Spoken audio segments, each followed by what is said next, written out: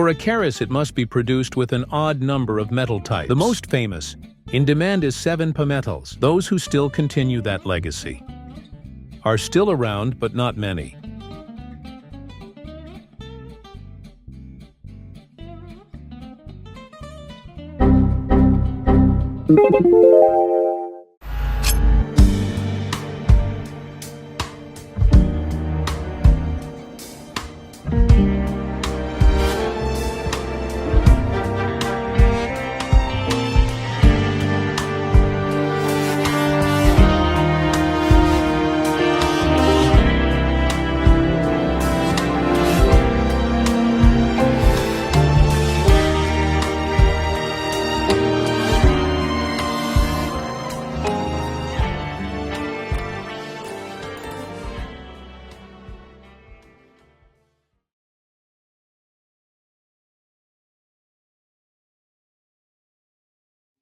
Hey, if we are meeting for the first time, my name is Khairi Johari, better known as Pak Jofe, the Kris Collector from Singapore, your personal guide to the exciting world of the kris and its collecting culture. If you are a fan of history, art and mythology embodied into these traditional daggers that we natives of the Malay world refer to as the kris, be sure to subscribe and join our community right here on the Kris Collector YouTube channel. Okay, hi guys and welcome back to the channel. It's been a while since my last video upload. My sincerest apologies to the somewhat extended hiatus, and thank you for coming back to this channel. Now, I've been deep into several exciting projects lately, including a recent in-person talk and exhibit at Wisma Geylang Serai's Heritage Gallery, courtesy of the National Heritage Board. Now, a huge thank you to Miss Iris from National Heritage Board for this incredible opportunity to showcase my collection and ideas on display techniques and presentation topic for the short talk allocated for my scheduled session. To everyone who attended the event, especially the 70% of you who came from my channel, you are true kris enthusiasts and I deeply appreciate your support. For those new to the world of the kris, however, I had to cover some basics, but I also touch on a few advanced topics that I haven't yet revealed on this channel. Which brings us to today's video. I'll be diving deeper into a topic I briefly mentioned during my talk, the legendary and often misunderstood lore of Besi Tujuh Pa. Let's unravel this mystery together. Okay, story time. Now, let me introduce you to a belief shrouded in mystery. Besi Tujuh Pa. This legend has been quietly passed down through generations within the kris crafting tradition of the Peninsular Malays. Even today, many believe that a kris forged from metals taken from tools that begin with the Jawi alphabet Pa grants its owner immense luck, influence, and power. But here's the thing. No one really knows when or how this belief came to be. It's a tale whispered by the Pandai Besi, the master blacksmiths of the peninsula, and to some extent, the Sumatran Malays. Yet, in all my years of research, I found very little in the way of hard evidence from the Sumatran side. The peninsula, however, is a different story. The belief is still alive, spoken of by the few remaining traditional Pandai Besi who craft krises the old way. But here's where it gets interesting. When pressed for details, they either seem evasive or perhaps deliberately secretive. No one seems willing or able to reveal the true philosophy behind Besi Tujuh Pa. My own introduction to this enigma came from my late mentor, the late Muhammad bin Muhammad. He told me that understanding the secret behind Besi Tujuh Pa would make one indomitable.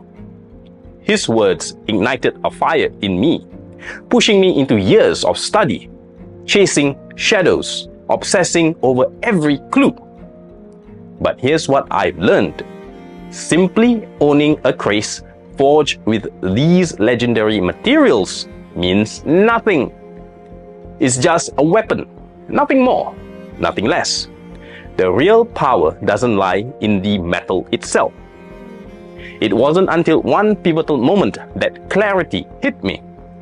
The wisdom behind Besi Tujuh Pa isn't about the metal. It's about something far deeper. And when I finally grasped it, my life changed. Stay with me, because in this video, I'm going to reveal what I've uncovered. The truth behind Besi Tujuh Pa isn't what you think. And once you understand it, like I did, everything changes. Before we dive into the mystery of Besi Tujuh Pa, let's take a moment to explore the rich history of the Jawi script, the dominant writing system in this region long before the arrival of Western colonizers. Contrary to the romanticized tales from European explorers, we were far from being a savage society. In fact, we were a sophisticated civilization, far more advanced in many ways than those who claimed to be civilized but lacked morality and respect for those unlike themselves. But let me not stray too far. The history of Jawi can be traced back to the 7th century, following the prophethood of Prophet Muhammad, peace be upon him, and the revelation of the Holy Quran. However, it wasn't until the 13th century that Jawi became a widely used medium in this region, a fact supported by the Terengganu stone tablet from 1303, the earliest known inscription in Jawi. From then, Jawi became the backbone of formal and informal communication throughout the Malay archipelago. The development of Jawi in arts, literature, and thought leadership is a fascinating subject, but we won't delve into that today.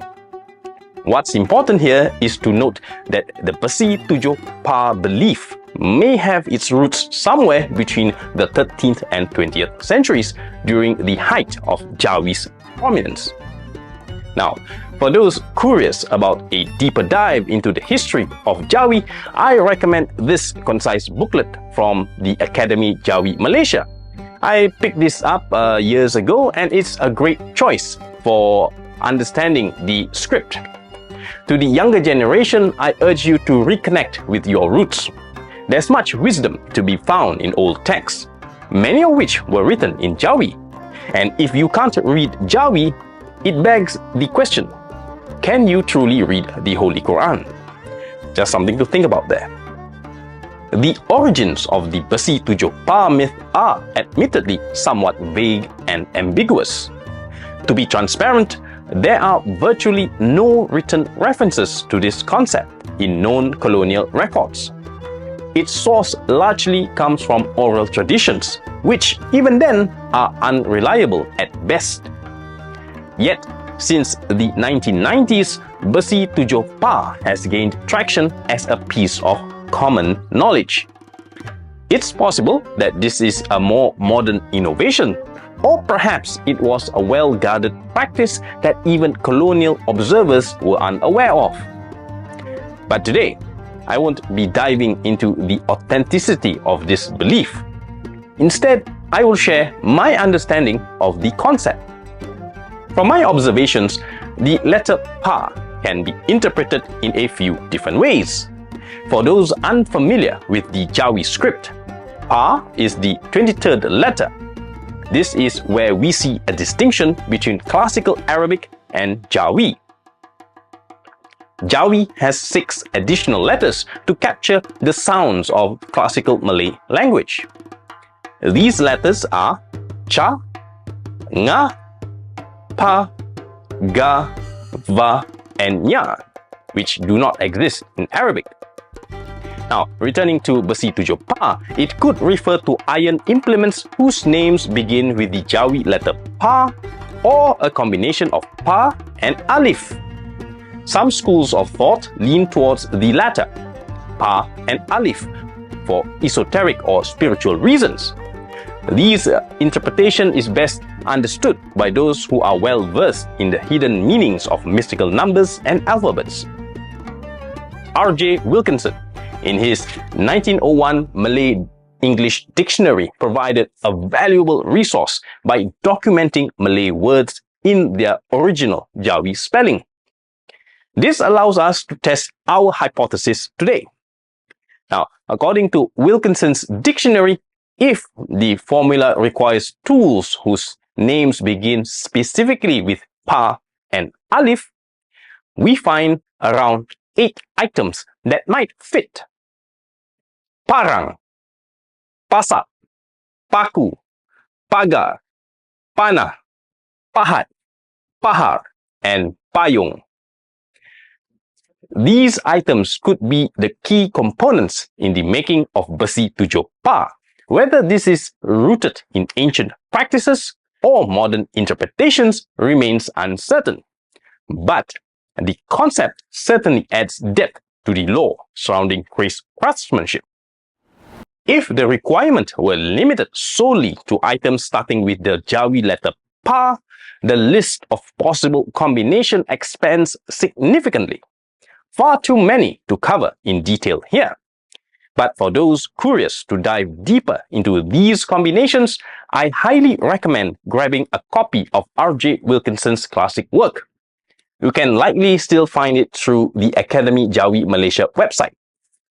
Now, setting aside words and definitions, let's take a closer look at the 7 basic implements I mentioned earlier. A pattern emerges when we examine them. First, all these items are everyday tools used in specific vocations. For instance, parang, a machete, is used for clearing land, for housing or farming. Paku and pasak, which is the nail and the peg, are crucial for building houses, boats, and any other infrastructures. Pagar, which is a fence, protects crops, livestock, and even the perimeters of a traditional village. Now, do you see the underlying message here? The quest for Besi Tujuh Pa isn't just about gathering materials to craft a kris or another weapon. It's about something deeper.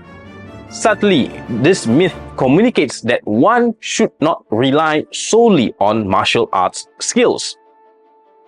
Instead, you are expected to develop useful practical skills that benefit the community, skills that extend beyond combat.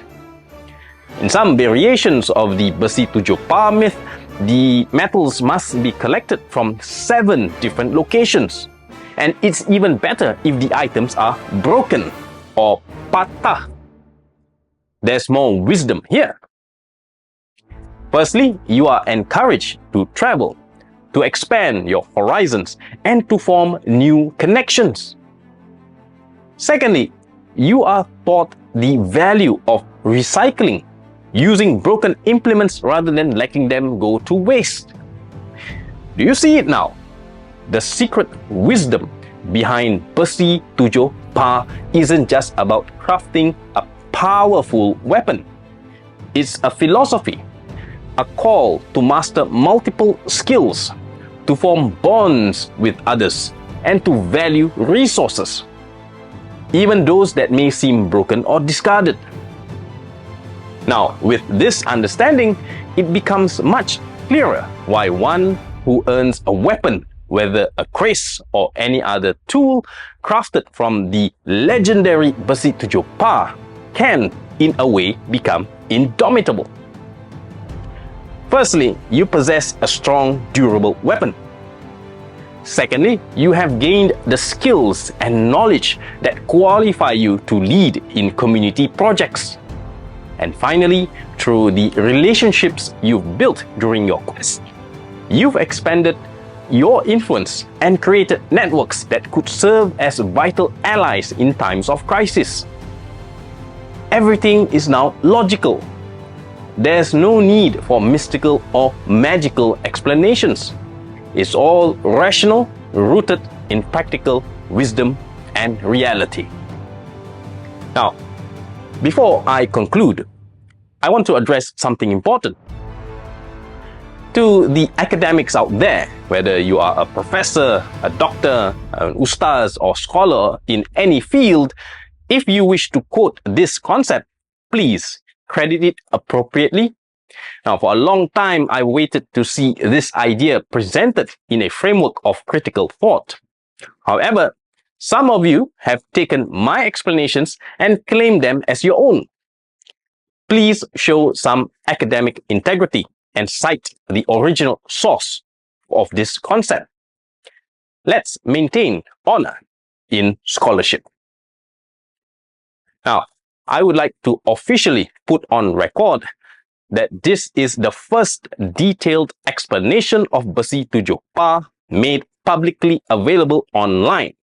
Should any guru now come forward claiming this is their secret teaching, I challenge them to present their evidence and allow for a proper cross-examination.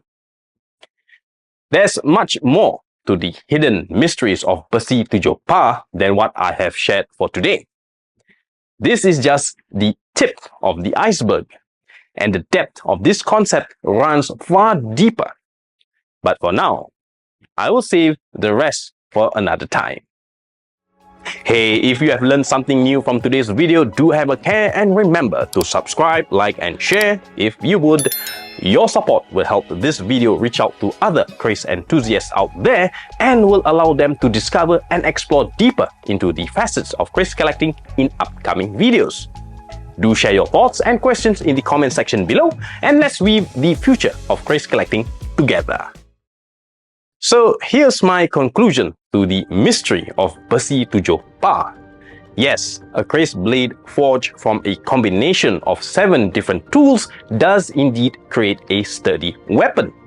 One that can endure generations, carrying with it the tales of those who wielded it. This method wasn't just about durability. It was practical and resourceful. As colonial observations by Gardner and Woolley suggest, it saved time, reduced costs, and made use of broken tools instead of requiring raw ores. This speaks to the ingenuity of the old Malay pandai besis. They practiced recycling long before it became a modern buzzword, turning everyday items into something far greater. But the true lesson of Besi Tujuh Pa goes beyond the physical blade. For the seeker tasked with gathering these materials, it was a test of wisdom, a lesson from the masters. In traditional schools, knowledge of martial arts wasn't enough. One had to understand that life required more than just the art of offense and defense. A master had to be versatile, skilled in more than one craft, and capable of fostering relationships with other communities. This speaks to a deeper philosophy. Influence and power come not from conflict, but from cooperation and collaboration. In essence, a kris forged from Besi Tujuh Pa serves as a reminder. It symbolizes the importance of becoming a master in multiple disciplines, contributing to your community, and learning from others. The true strength of this kris lies not just in the metal, but in the wisdom it represents, the ability to forge peace and unity in times of challenge. Interestingly, in some kris communities, there has been a recent emergence of an alternative concept, Besi Tujuh Kof, an extrapolation of the original Besi Tujuh Pa. From my perspective, this seems to be a relatively new innovation. In all my years of research, I've never encountered references to Besi Tujuh Kof before.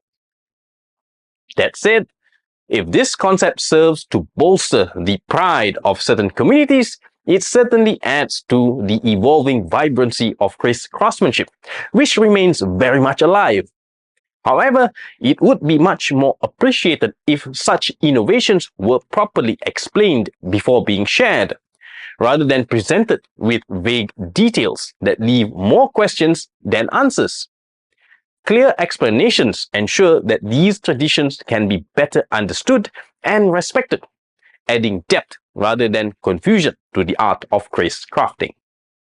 Well, that concludes today's video. I hope it broadens your minds and may you be able to understand why the kris from Nusantara is a unique class of weapon on its own. Aside its practical and obvious use as a weapon, it also carries benefits understood by its creators. If you missed my previous video on the mysteries of Besi Kuning and Besi Towel, you can watch them right here. Until my next video, stay curious, start exploring, and keep the legacy of the kris alive.